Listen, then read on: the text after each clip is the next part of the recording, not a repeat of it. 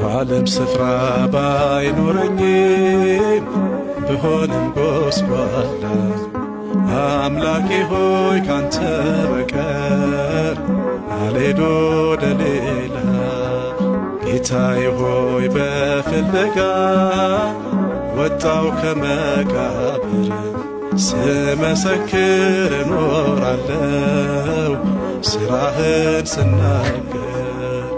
አጥቷል ጎሎበታል ብለህ ሳትንቀኝ ለዚህ ያደረስከኝ ጌታዬ እኔ ማን ነኝ?